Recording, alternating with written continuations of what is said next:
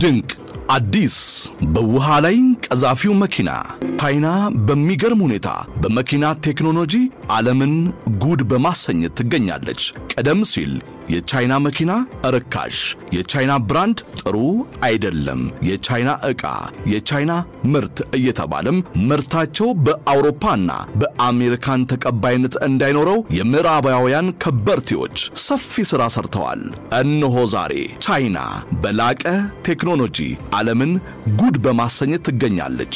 ከበርካታ ቴክኖሎጂ ውጤቶችም አንዱ በኤሌክትሪክ መኪና ላይ የተገረምንበትን ወደ እናንተ እናደርሳለን። አብራችሁን ቆዩ ውድ ቤተሰቦቻችን። አውቶሞቲቭ ጆርናል መኪናው ሌክዠሪ SUV ያንግ ዋን U8 ይባላል። እንደ ጀልባ በባህር ላይ ይቀስፋል።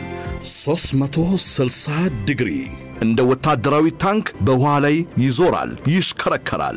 1200 የፈረስ ጉልበትም ይዟል።